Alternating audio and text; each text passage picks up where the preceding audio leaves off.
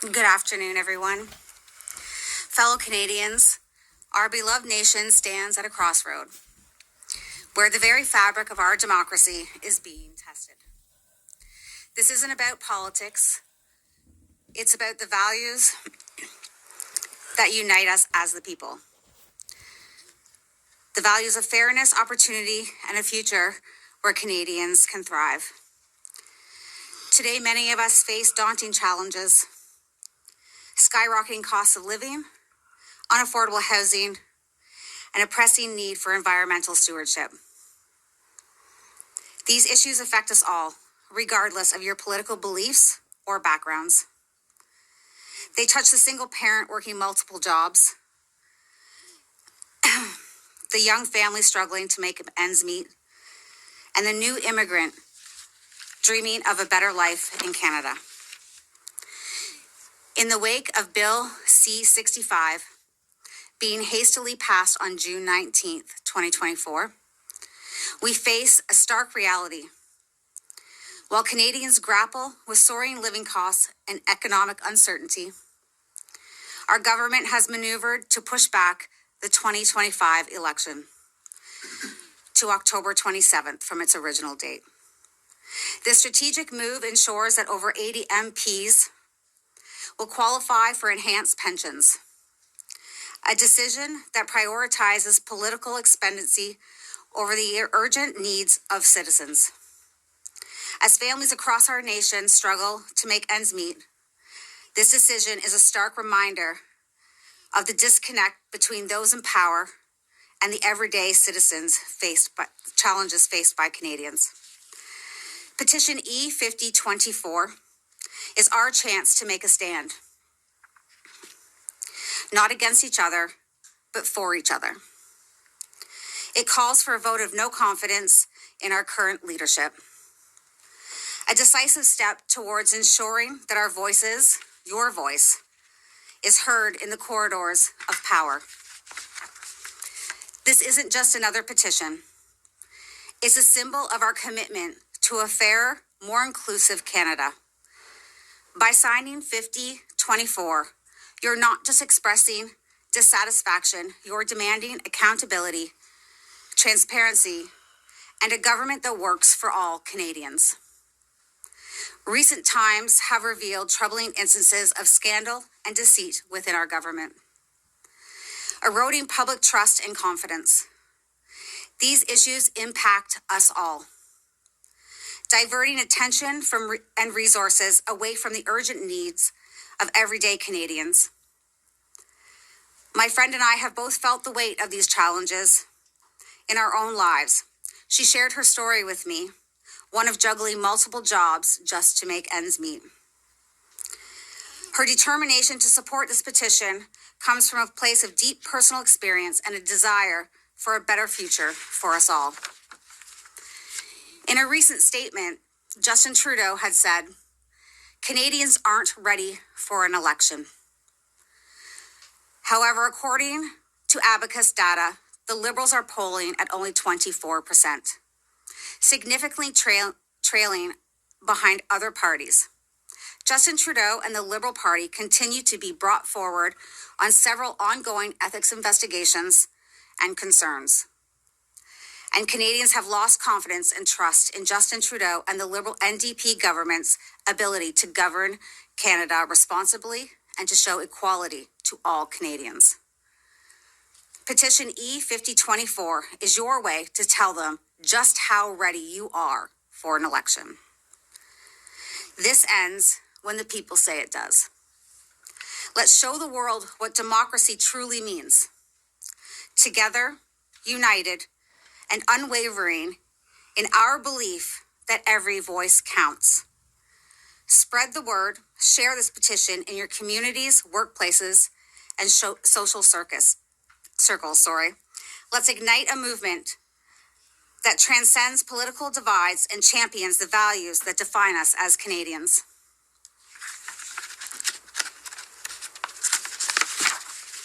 Join us in signing petition E-5024 today. Let's safeguard our democracy and build a future where every Canadian can thrive. Together, we are stronger. Thank you. Neil?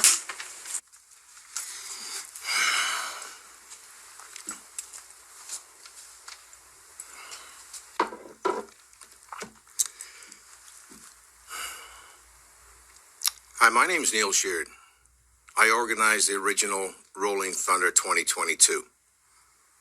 And a friend of mine, Derek Noon, who's supposed to be in here right now, has just been banned. Came down yesterday. Class A. Could be 10 months, could be a year, could be 2 years. His lawyer is being notified right now. I just had to say that because Derek's supposed to be here with us today.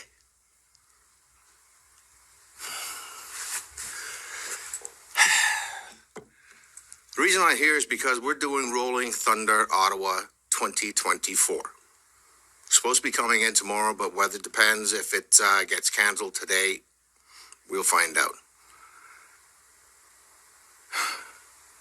When I first started Rolling Thunder 2022, that was after veterans had been attacked on the monument. They were beaten in the streets, handcuffed, and thrown out of the city. No charges.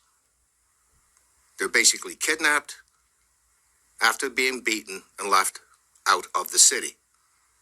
So we decided, wasn't just me, it was my idea, but a lot of veterans, and I'm not speaking for all veterans. I'm speaking for the veterans that were there. We gave back that monument its dignity. And I know there was a lot of times where we were fighting with the city, saying you're going to be Rolling Thunder, not Rolling Thunder, the Convoy 2.0. You're going to come in and you're going to park your bikes. I'm very sorry, but you don't see a crew cab on the back of a motorcycle. We said we were going to come in, do our monument, say a prayer, lay a wreath, run the bikes, and leave. And that is exactly what we did. Exactly. The city spent $3 million, 800 police officers to guard our motorcycle ride. 3 people were arrested. 1, there was no violence. I think 2 of them were done for breach because they weren't allowed in the city because they got arrested during the convoy. $3 million, 800 police officers for a peaceful motorcycle ride to give back dignity to our war memorial. Last year, I said we're coming back in. All I want to do is just ride around, no speeches. We gave dignity to the monument the year before. We just want to ride around the monument, rev our bikes, and salute the men and women that gave their lives for this country. The city said no. We will give you one street closer. They gave us Albert Street, which they should have done last year, or the year before, but they turned it to Slater. So they gave us Albert Street. And they said, well, if you play by our rules, we'll let you have maybe a little bit closer. And I was thinking to myself, I'm going to be 75 years old by the time I roll around that monument.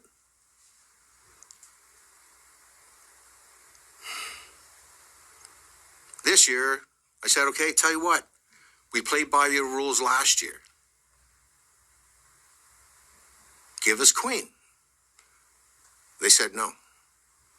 They'll give us exactly the same route as last year. We turn it Albert.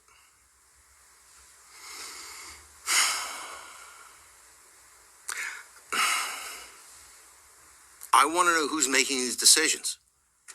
We've done exactly what we have said we did. We did exactly what we said we are planning on doing every year. Are they still that hurt? Motorcycles are not going to stop in this city and stay for weeks. It's a big, loud motorcycle.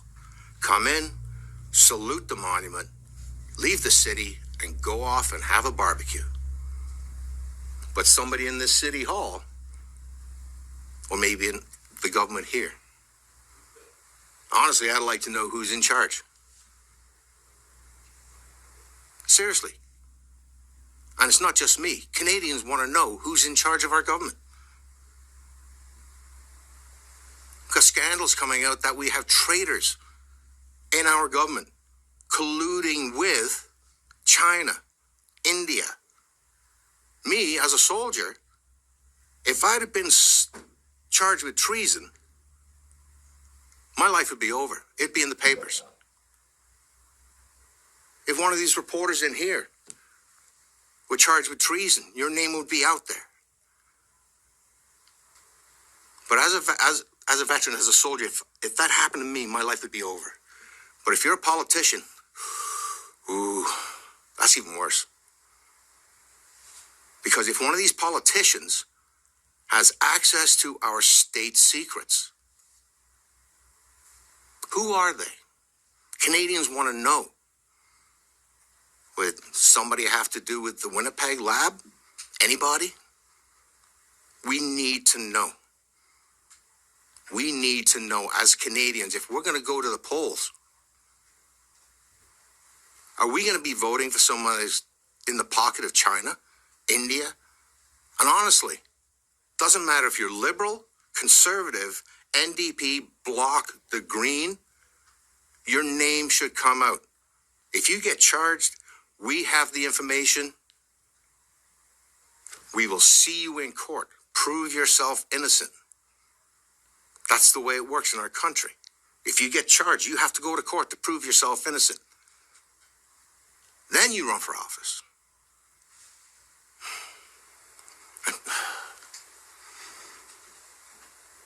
As you can see, I don't have a speech. This comes off the top of my head. This all comes from the heart.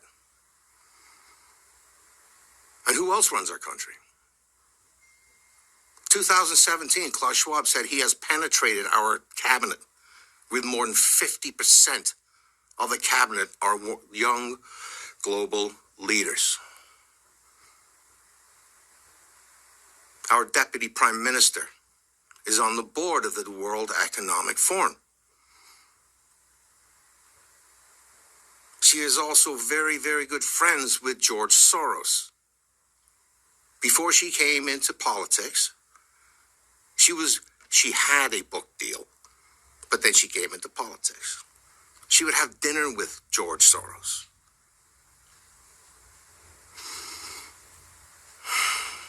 Who's running our country? So Rolling Thunder is there to salute the men and women that gave their lives to defend this country from what is happening now. They fought against tyrants. They fought against dictators.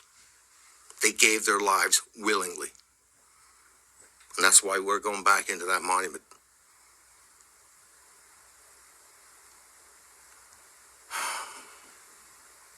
Something else is, you know who politicians are afraid of? They're afraid of three things. I mean, they're terrified. They're terrified of a free vote. They're terrified of free speech. And up until about 10 years ago, they're terrified of you, the media. I got a question for the media out there. All you media out there, you don't have to answer this. Why did you become a journalist? Curiosity, want to know the truth? Because I remember back in the day, up about 10 years ago, if you have a problem with, say, a business or a politician or the law or something you couldn't figure out for yourself, the last resort was, I'm going to the press because you guys were the ones that would find the truth. Politicians aren't afraid of you anymore. And it's not just Canada. They're not afraid of the press anymore. Pretty much, that's all I got to say. But remember one thing, folks. God loves every single one of you. And he has a plan for every single one of you. find it. It'll be there. If you don't believe in God, you'll be judged.